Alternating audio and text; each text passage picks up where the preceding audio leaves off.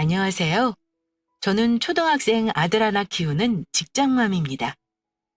이혼한 지 벌써 4년이 넘어갑니다. 제가 다른 사연들 들으면서 시어머니 때문에 이혼한 사연 들어보면서 느낀 게 하나 있어요. 중간에서 남편이 제대로 역할을 못하고 시모한테 휘둘리면 부부 사이는 점점 심각해지다가 결국은 이혼을 선택하기도 하잖아요. 그런데 그런 집들 공통점이 뭔 줄 아세요? 시모가 아들한테 집착하다 못해 자신이 아들의 본처이고 며느리는 마치 첩년이라도 되는 듯 대한다는 겁니다. 살림 간섭뿐 아니라 부부 사이 간섭까지 하기 일쑤고요. 며느리가 버는 돈은 물론이고 친정에서 물려받은 재산이라도 있으면 당연히 자기 아들 거나 다름없다 생각하는 경우도 많습니다. 저는 아이가 아주 어릴 때 이혼했어요.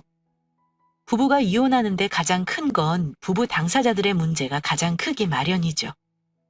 경제적인 문제도 있을 수 있고 여자 문제도 있을 수 있고요.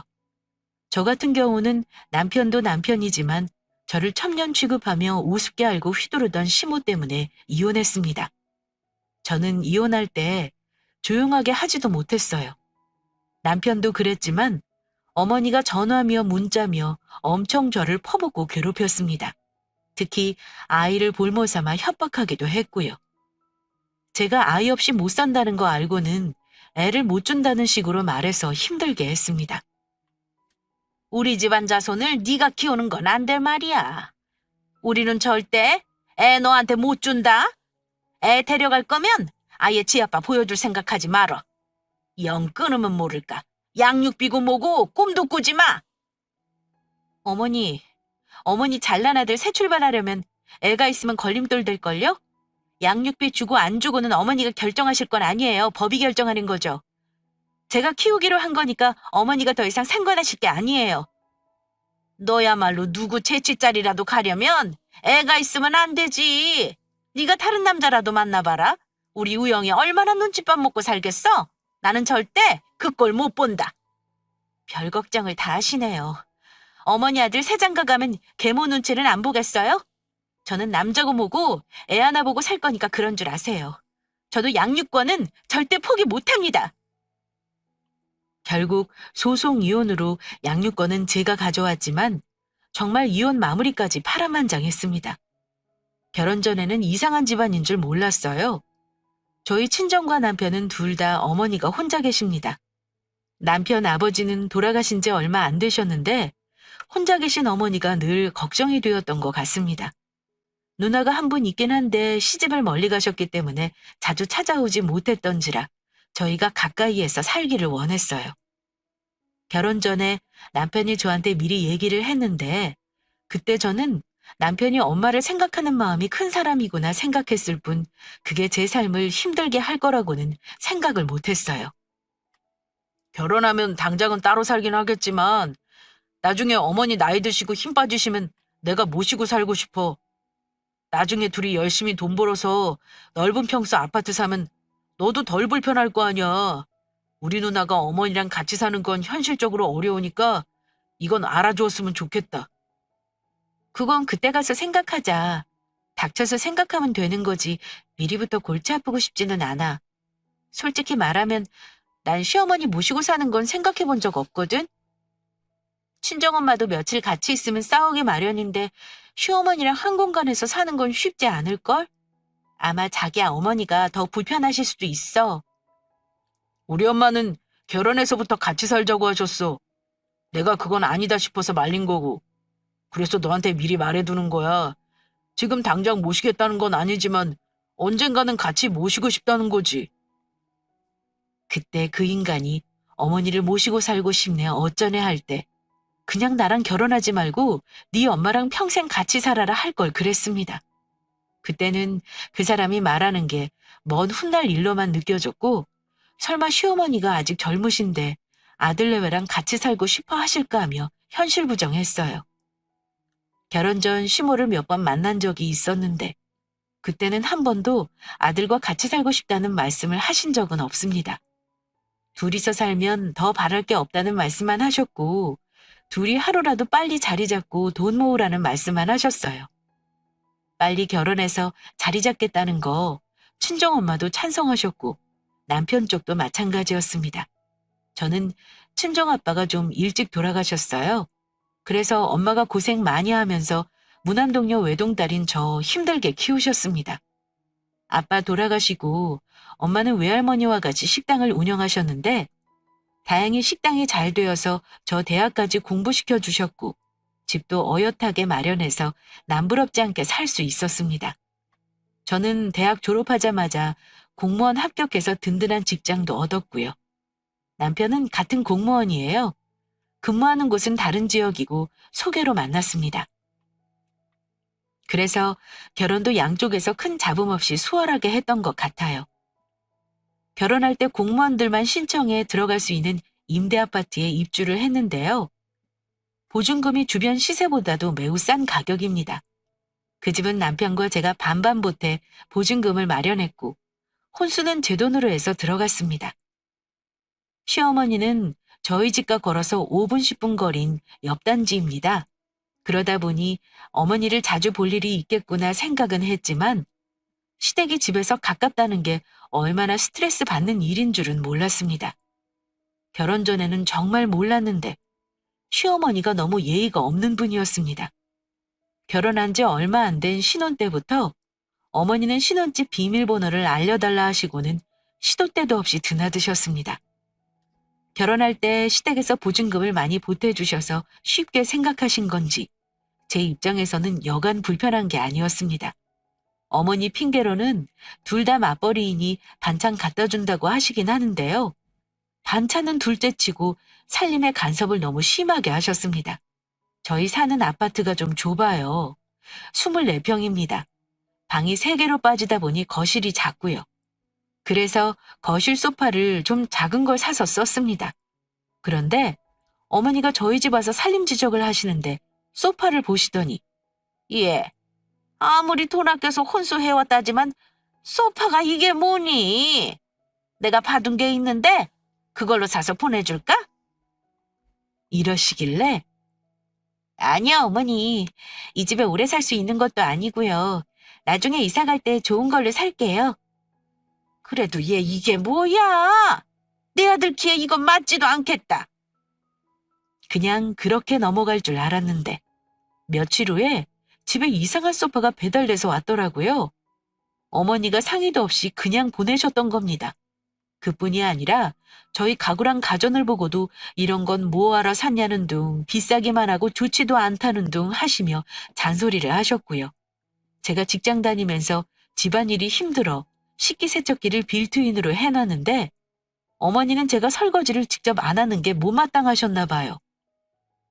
설거지는 손으로 해야 깨끗한 거야. 기계가 아무렴 사람보다 잘하겠니? 너는 왜 이런 거 사는데 돈을 막 쓰고 그러니? 세탁기에, 건조기에, 식기세척기에. 너는 집에서 살림 참 편하게 하겠구나. 어머니, 요즘 식기세척기 얼마나 잘 닦이는데요. 그리고 애벌 세척해서 넣는 거니까 아예 손 하나 까딱 안 하는 것도 아니에요. 살림하는 거 조금 수월하게 거들어주는 건데 제가 편하게 살림하는 게 싫으세요? 이거 없으면 어머니 아들 매번 설거지해야 할 텐데 그건 싫으시잖아요. 얘도 참, 우리 아들 설거지 시킬 생각한 거니? 됐다 그래. 암튼 요즘 며느리들은 참 좋겠어. 돈만 있으면 다 되는 세상이니 말이야. 그뿐이 아닙니다. 거실 커튼 밖으로 온 사장님 앞에서 한다는 말이 뭐 이런 집에도 안 어울리는 거지 같은 커튼을 가져와서 다니? 이상하니까 내가 홈쇼핑해서 산 거 주마. 이러시길래 커튼집 사장님이 열받아 하시는 거 겨우 눈짓으로 말린 적도 있습니다. 그러다 한 번은 저희 부부가 쓰는 방 침구를 본인 취향에 맞는 요란한 극세사 이불로 바꿔놓으신 적도 있습니다. 제가 너무 놀라서 어머니 가져오신 그 이불은 너무 더울 것 같고요. 저희 집이랑 어울리지도 않아요. 이건 가져가서 어머니 쓰세요. 했더니 그냥 고맙습니다. 한마디 하고 쓰면 되는 거야. 너는 매번 내가 해주는 거 싫다 그러더라. 살림 못하는 것 같아서 내가 챙겨주는 거야. 잔말 말고 이걸로 바꿔. 우리 아들 초봉까지 추위 많이 탄다.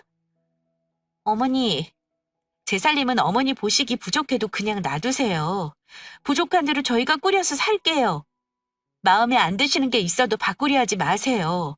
저도 다 알아보고 제 마음에 드는 거 산 거예요. 그랬더니 어머니가 물러나시긴 했습니다. 이 집에 사는 건 분명 나와 남편인데 마치 시어머니가 동거하는 느낌이었습니다. 본인 마음에 드는 걸로 다 바꾸려 하시는 거 며느리 입장에서는 정말 스트레스 받는 건데 눈치가 없으신 건지 너무 모르시더라고요. 게다가 정말 아니다 싶었던 건 그게 아닙니다. 정말 화나는 건 어머니가 주말 아침에도 저희 집에 마음대로 오셔서는 우리 부부를 일어나라고 깨우셨다는 겁니다. 예! 일어나라! 지금 대체 몇 시니? 어? 얼른 일어나서 청소도 좀 하고 네 신랑 밥 먹게 국도 좀 끓일 것이지. 지금까지 자고 있어? 근데 그 시간이 9시도 안 된 시간입니다. 평일에 출근하는 분들은 아실 겁니다. 주말 늦잠이 얼마나 소중한지 말입니다. 대체 아침부터 오셔서 아침을 차리라고 하시는 건지 그렇다고 남편이 아침을 꼬박꼬박 챙겨 먹는 스타일도 아닙니다. 그때는 신혼 때라 남편도 어머니가 불쑥불쑥 오시는 건 싫어했어요. 엄마! 엄마 왜 그래요? 나 아침 잘 안 먹는 거 알잖아요. 신혼인데 안방문까지 이렇게 열고 불쑥 오시면 어쩌자는 거예요? 어이구, 너 엄마랑 살 때는 늦잠 안 자던 놈이 결혼하니 이렇게 늘어지는 거야? 아침 때 놓치지 말고 먹어야지. 어른들 일어나. 저는 아직 어머니가 어려울 때라 직접적으로 어머니에게 싫다는 말도 못했습니다. 몇 번만 그러다 마시겠거니 했는데 계속 매주 거르지 않고 하루는 꼭 저런 식으로 집에 오시길래 금요일 밤만 되면 스트레스를 받을 정도였습니다. 남편에게 말하기도 여러 번이었지만 어머니를 이길 수가 없었습니다. 그래서 제가 고민 끝에 생각한 방법이 집 비밀번호를 바꾸는 거였습니다. 그런데 평일 낮에 집이 비었을 때 어머니가 오셔서는 문을 열려고 하다가 안 되니까 저한테 전화를 하셨더라고요. 예, 너 혹시 현관문 비밀번호 바꿔놨니? 반찬을 해가지고 왔는데 들어갈 수가 없잖아. 어머니, 오늘도 오신 거예요? 비밀번호 바꿔놨어요. 뭐니? 얼른 알려줘. 지금 들어가서 놓고 나올 테니까. 어머니, 일단 오셨으니까 알려드리겠지만 오늘 다시 한번 바꿔놓을게요. 다음부터는 반찬 저희 보고 가져가라 하시면 돼요. 그리고 주말에 불쑥 오시지 말고 전화 좀 미리 주시고요. 시어미가 집에 들어가는 게 싫다 이거니? 너 이거 우리 아들이 그러라고 한 거야? 네. 사실은요, 어머니. 저 어머니 말씀도 안 하시고 저희 집 들락거리시는 거 너무 불편해요. 평일에 저 없을 땐 그렇다 쳐도 주말 아침까지 그러시는 건 며느리 입장에서 솔직히 이해가 안 가요. 제가 이런 말씀드리는 거 기분 나쁘게 생각하지 마시고 앞으로는 아무리 아들 집이라도 조심해 주셨으면 좋겠어요. 저는 최대한 제 의중은 전달하면서 예의는 지켜 말씀드렸습니다. 기분이 나쁘시다 해도 소용없는 일이라고 생각했고요. 그게 정상적인 행동이라는 걸 모르고 하신 거니까 며느리의 그 말 듣고 당연히 기분은 안 좋으셨겠죠. 제가 하는 말이 구구절절 맞는 말이잖아요. 어머니는 제가 알려주는 비번으로 문을 열고 반찬을 놔두고 가시긴 했습니다. 하지만 그냥 그렇게 넘어가실 분이 아니셨죠. 저에게 더 따지지 못하고 남편에게 저를 나쁘게 말씀하신 것 같더라고요. 퇴근한 남편이 제 말은 들어보지도 않고 저한테 이러는 겁니다. 당신 현관 비번 바꾼 거 어머니 미리 안 알려드렸어? 어머니가 아까 전화하셨는데 당신이 이제 집에 함부로 오지 말라고 했다고 엄청 서운해하시잖아. 그럴 것까지 뭐 있어? 어머니가 같이 사시는 것도 아니고 우리 먹을 반찬 해주시고 살림 챙겨주시는 거잖아. 당신은 어머니가 하는 게 살림 챙겨주시는 걸로 보여? 나한테는 간섭이야. 당신이랑 내 살림이잖아. 냉장고에 먹지도 못한 반찬이 한 그득인 거 솔직히 나 스트레스야. 그리고 주말에 불쑥불쑥 오시는 거 만약 한 번만 더 그러시면 그때는 내가 또 말씀드릴 거야. 당신이 확실하게 얘기를 안 하니까 어머니가 그래도 되는 줄 알고 당연하게 오시는 거잖아. 앞으로 우리 부부 사이를 위해서도 한 번은 짚고 넘어가야 되는 게 맞아. 아닌 건 아니라고 말씀드려야지. 야, 부모 자식 간에 아닌 건 아닌 거라니. 그런 게 어디 있냐? 너는 그렇게 컸는지 몰라도 나는 아니야. 당신이 싫다면 주말 아침에 오시는 건 말씀드려 볼게. 그래도 당신이 어머니 서운하게 한 건 사과하고 비번 다시 가르쳐 드려. 남편과 옥신각신 싸움 끝에 일단 주말에 오시는 문제는 어찌어찌 해결이 되긴 했습니다. 뭐 그것 말고도 많아요. 시어머니와 같이 살지 않는데도 같이 사는 느낌은 혹시 아실까요? 저희 친정엄마도 시댁만큼은 아니어도 가까운 곳에 사십니다. 근데 친정엄마는 식당 일로 바쁘시기도 하지만 딸 집이라고 연락도 없이 오시거나 주말 아침에 부부가 자는 안방문을 벌컥벌컥 여는 분은 아니십니다. 친정엄마는 가까이 살면서도 정작 한 달에 한 번 얼굴 보기도 힘들어서 아마 제가 그런 스트레스를 받고 사는 줄도 모르셨을 겁니다. 가끔 하는 전화 통화에서도 늘 잘 지낸다, 살림 재미있다 그렇게 말하면서 엄마 걱정 안 하게 해드렸거든요.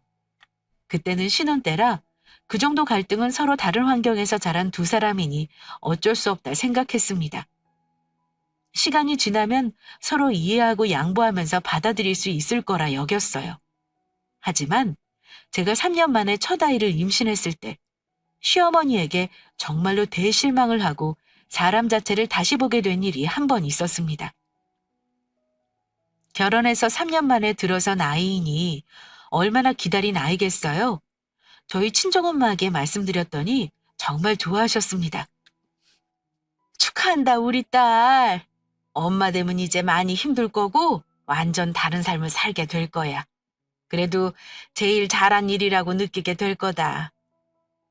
엄마가 너 힘들 때는 옆에서 도와줄 테니까 혼자 다 하려고 하지 말고 김서방이랑 육아랑 살림 나눠서 해. 아직 얼떨떨해서 실감이 안 나, 엄마. 엄마가 도와주긴 그냥 손주 예뻐해주기만 하면 돼. 엄마 몸이나 신경 써. 아이 낳으면 육아휴직해서 내 손으로 키워야지. 시어머니한테는 말씀드렸고 엄청 좋아하시겠다. 아직 말씀 안 드렸어. 당연히 좋아하시겠지. 오늘 바로 말씀드려야지. 사실 친정엄마는 그때 몸이 안 좋으셔서 식당 일을 좀 쉬고 계셨어요. 손주 보신다는 생각에 들뜨셔서는 가까이서 아이를 봐주시겠다는 말씀까지 하셨고요. 그리고 시어머니께도 임신했다는 소식을 전했습니다. 당연히 잘 됐다고 축하한다고 하시면서 저녁에 반찬을 가지고 오시겠다는 겁니다. 그때는 좋아서 그러시려니 하는 생각에 같이 저녁을 먹자고 말씀드렸고요. 그런데 저녁에 오신 어머니는 친정엄마와는 다르게 절 보는 표정이 약간 떨떠름하다고 해야 할까요? 그런 게 느껴졌습니다. 그때까지만 해도 내 느낌이겠지 했는데요. 다 같이 저녁 먹고 시어머니는 남편과 둘이 술을 드시더라고요. 남편이랑 시어머니랑 오붓하게 드시라고 저는 거실 소파에서 TV를 보고 있었고요. 그런데 어머니가 취기가 오르시더니 갑자기 우시는 겁니다. 저도 당황했고 남편도 당연히 놀랐고요. 그런데 어머니가 우시면서 저를 노려보며 하시는 말씀이 뭐였는 줄 아세요? 내가 우리 아들이랑 살 때는 행복했는데 장가가고 나서는 아들 뺏긴 기분이다. 정연이야 내 아들 뺏어갔어.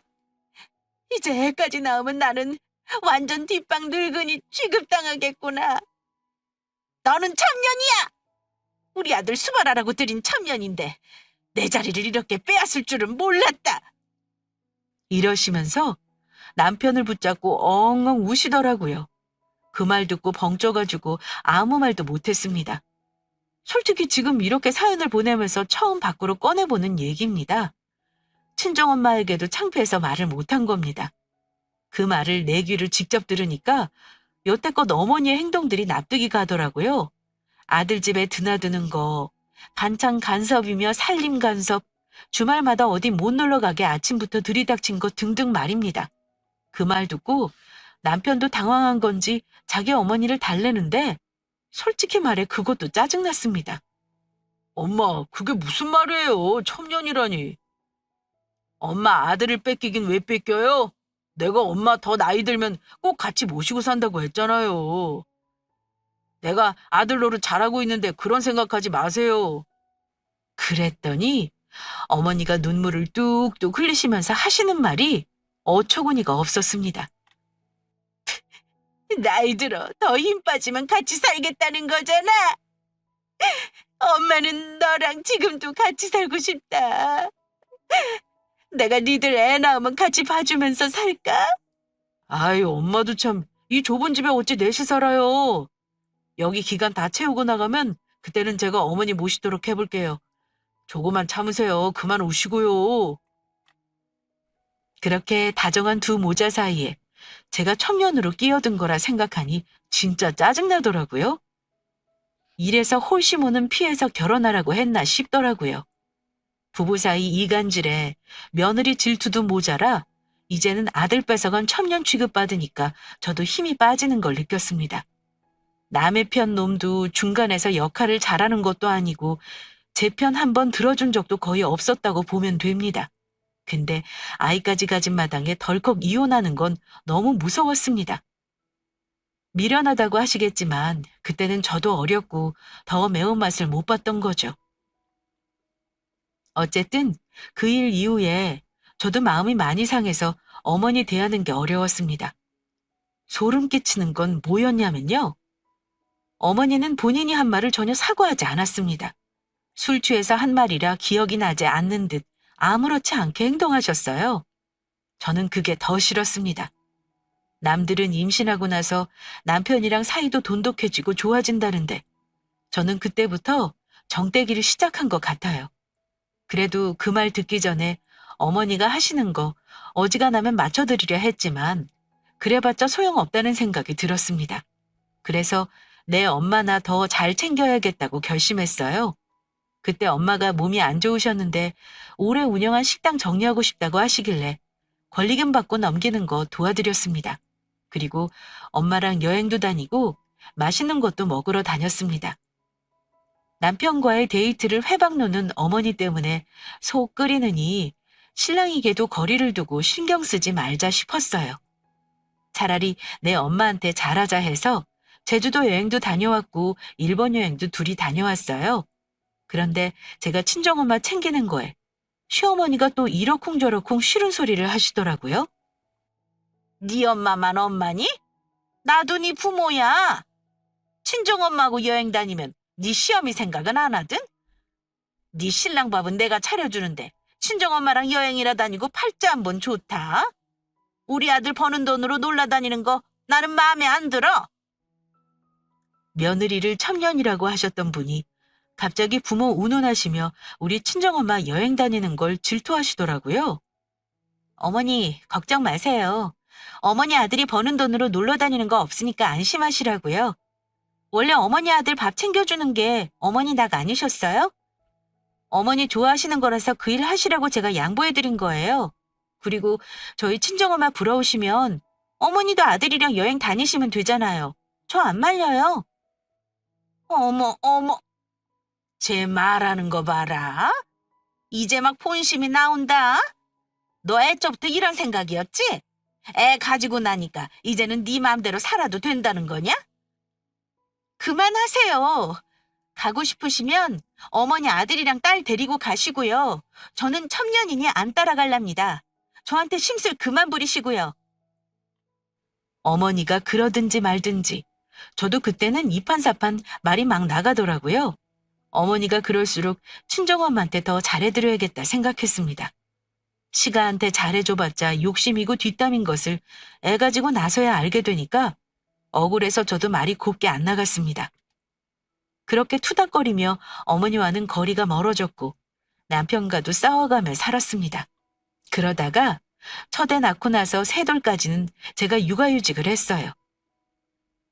엄마가 아이 육아하는 거 옆에서 도와주시겠다고 했지만 사실 저 애 낳고 얼마 되지 않아 엄마가 몸이 많이 안 좋아지셨습니다. 계속 아프신 게 이상해서 건강검진을 해드렸는데 4기 암 진단을 받으셨어요. 주변에 보면 말기 암 진단 받고 나서 투병하시면서 회복도 잘하시던데 우리 친정엄마는 수술하고 항암 끝나고 나서 갑자기 상태가 안 좋아지시더니 발병한 지 8개월 만에 갑자기 돌아가셨어요. 그런데 엄마 장례 치르면서 저는 시어머니에게 한 번 더 충격을 받았습니다. 무남동료 외동딸이니 저와 제 남편이 상주였어요. 그런데 시어머니는 자기 아들이 장모 장례식에서 상주 노릇하는 게 싫으셨나 봐요. 지금 생각해도 그게 왜 싫으셨던 건지 이해가 안 가지만요. 어머니는 제가 다 듣고 있는 걸 모르셨는지 남편에게 이러시더라고요. 볼 거 없는 지 딸을 며느리로 들였더니 우리 아들이 팔자에도 없는 상주 노릇하느라 몇 날 며칠을 고생하는구나. 저는 그 말 듣고 피가 거꾸로 솟는 걸 느꼈는데 옆에서 남편이 한다는 소리가 해봤자 일주일도 안 되는데요, 뭐. 괜찮아요. 장래가 문제가 아니라 장모님 아파트며 차며 재산 정리하는 게 더 큰일이에요. 저 사람이 그런 거 잘 모를 테니 내가 나서서 도와줘야죠. 네 장모가 남긴 재산이 뭐 얼마나 된다 그래? 아, 왜요, 엄마? 모르는 말 마세요. 장모님 아파트 대출도 없고 지금 5억이 넘어요. 다른 것도 다 저 사람이 상속받을 텐데 제가 나서야 할 것 같아요. 저 사람 지금 무슨 정신이 있겠어요? 그래도 그 엄마는 양심이 있구나. 하나 있는 딸년 주겠다고 재산은 모아놨나 보네. 그럼 그 재산 받아서 너희도 좀 넓은 집으로 갈 수 있겠구나. 그렇지? 제 생각은 장모님 집이 넓으니까 그 집에 들어가서 살아도 될 것 같고요. 장례 치르고 나서 집사람한테 천천히 말 꺼내봐야죠. 저는 두 모자가 하는 말을 듣고 손이 부들부들 떨릴 정도로 화가 났습니다. 그 두 사람 대화를 녹음한 게 천만다행이었죠. 제가 물려받을 엄마 재산이 마치 자기들 거라고 착각을 하고 있는 것 같았습니다. 이제는 도저히 안 되겠다. 이 집안 사람들이랑 계속 엮였다가는 내가 개털되고 영혼까지 털리겠다 싶었습니다. 그래서 그때부터 그 인간하고 이혼하기 위해 저 나름대로 준비를 했습니다. 엄마 장례를 치르고 아니나 다를까 남편이 그러더라고요. 당신 정신 없을 거 아는데 장모님 주변 정리해야 하잖아. 장모님 집은 새놓지 말고 그냥 우리가 가구만 바꾸고 들어가 사는 게 어때? 우리 집은 보증금 빼서 다른 데 투자해도 되고 여윳돈으로 가지고 있으면 좋잖아. 나도 엄마 집 들어가서 사는 게 어떤가 생각은 했어. 엄마 통장이랑 예금은 내가 다 정리할 거야. 집 정리하는 것만 업체 써서 미리 해놨으면 좋겠는데. 그럼 그건 내가 해놓을게. 이 집 퇴거 신청하고 이사 가는 날 잡지 뭐. 장모님 댁 현관 비밀번호가 뭐지? 알려주면 내가 한번 가보지 뭐. 저는 남편에게 엄마 집 현관 비밀번호를 알려줬습니다. 한동안은 저도 엄마 집 정리를 위해 왔다 갔다 했고요. 얼추 정리가 끝났을 때 살고 있는 아파트 퇴거 신청을 했어요. 그 집 보증금은 1억가량 되는 돈이었는데 남편과 결혼할 때 반반씩 보탠 거였어요. 남편이 자기한테 전부 달라며 아파트 갭 투자를 하겠다는 둥 허튼 소리를 하길래 제가 보탠 돈 그대로 각각 나누자고 했습니다. 그랬더니 못마땅한 듯 몇 날 며칠을 저를 괴롭혔어요. 남편은 그 돈을 틀어주고 뭔가 다른 걸 해보고 싶었나 봅니다. 저는 남편에게 제가 보탠 돈까지 줄 생각은 전혀 없었습니다. 그뿐이 아니라 돌아가신 엄마 재산에는 왜 그리 관심을 보이는지 모릅니다. 장모님 예금 재산은 얼마 정도 돼? 식당 권리금 몇 천만 원 받고 넘기셨다며. 거의 로또 수준 아니야? 근데 왜 당신은 나한테 그런 거 솔직하게 공개를 안 하냐? 나 솔직히 너무 서운한 거 알아? 어차피 둘이 같이 관리해야 하는 거잖아. 나한테 얘기 좀 해줘. 세금 문제 해결하고 얘기해 줄게. 천천히 얘기해 줄 텐데 뭐가 그리 급해? 야, 네가 받은 돈은 내 돈이나 마찬가지 아니야? 내가 요즘 눈여겨봐두고 있는 아파트가 있는데 목돈 필요하단 말이야. 그래서 그래. 말은 똑바로 하자. 우리 엄마가 주신 거면 내 돈이야. 내가 당신한테 줄 의무는 없어. 제가 그렇게 말해도 남편은 어쩔 때 보면 신나 보이기까지 했습니다. 심지어 돈 얘기할 때는 콧노래도 불렀고요. 얼마나 좋았으면 자기도 모르게 흥겨운 콧노래가 나오는 거죠? 그리고 이사 날짜를 앞두고 저도 정신이 없었습니다. 사실 그 집에 들어가는 이유는 언제든 남편과 이혼하고 나면 제 집이니 남편을 내보낼 수 있기 때문이었습니다. 지금 사는 집은 둘 중에 한 명이 나가기도 애매한 상황이었으니까요. 기왕 들어가는 거 아이 방도 예쁘게 꾸며주고 저도 사고 싶었던 살림살이를 장만할 계획이었습니다. 짐 빼는 건 남편이 하겠다길래 맡겨두었는데요. 나중에 가보니 깨끗하게 집이 정리되어 있더라고요. 그런데 그 집 정리를 왜 남편 놈이 도맡아 하겠다고 한지 나중에야 그 이유를 알았습니다. 이사 일자를 한 달도 안 남겨 놓았을 때 제가 미리 그 집에 침대와 소파는 미리 드리려고 치수를 재러 간 적이 있었습니다. 그런데 얼마 전까지만 해도 아무것도 없는 집에 몇 가지 눈에 익은 세간살이가 들어와 있는 겁니다. 다름 아닌 시어머니 물건이었어요. 시어머니가 집 구경을 와보셨나 보다 하고 안방문을 열었는데요. 정말 기절초풍하는 줄 알았습니다. 안방에는 이미 돌침대가 떡하니 들어와 있고 문갑의 장식장에 화장대까지 다 들어와 있는 겁니다. 그런데 그건 전부 시어머니 물건이었습니다. 너무 기가 막혔죠. 대체 이게 제 집에 왜 있는 건지 말입니다. 이 상황이 딱 진작이 가지 않나요? 내 집 안방을 시모가 차지하고 밀고 들어오려는 거였습니다. 너무 기가 막혔던 저는 먼저 시어머니에게 전화를 넣었어요. 어머니, 대체 이게 뭐예요? 뭐가 말이냐? 시치미를 뚝 떼시길래 저도 언성을 높였습니다. 제 집 안방에 왜 어머니 돌침대가 들어와 있냐고요? 저 오늘 가구 치수제로 왔는데 설마 어머니 제 집에 그동안 계속 드나드셨던 거예요? 예. 내가 너 몰래 드나들었겠니? 아들이 이제 이사 가면 같이 살자길래 미리 조금씩 옮겨놓은 거야. 뭐라고요? 그게 무슨 말씀이세요? 저는 어머니랑 같이 사는 거 남편에게 들은 거 없어요. 그걸 왜 자기 마음대로 정한대요? 너한테 말하려고 했겠지. 그리고 남편이 자기 엄마 모시고 살면 사는 거지. 네가 왜 반대를 하니? 아니요, 어머니. 저는 전혀 모르는 일이니까요. 어머니 짐 도로 빼세요. 이번 전에 바로 빼세요.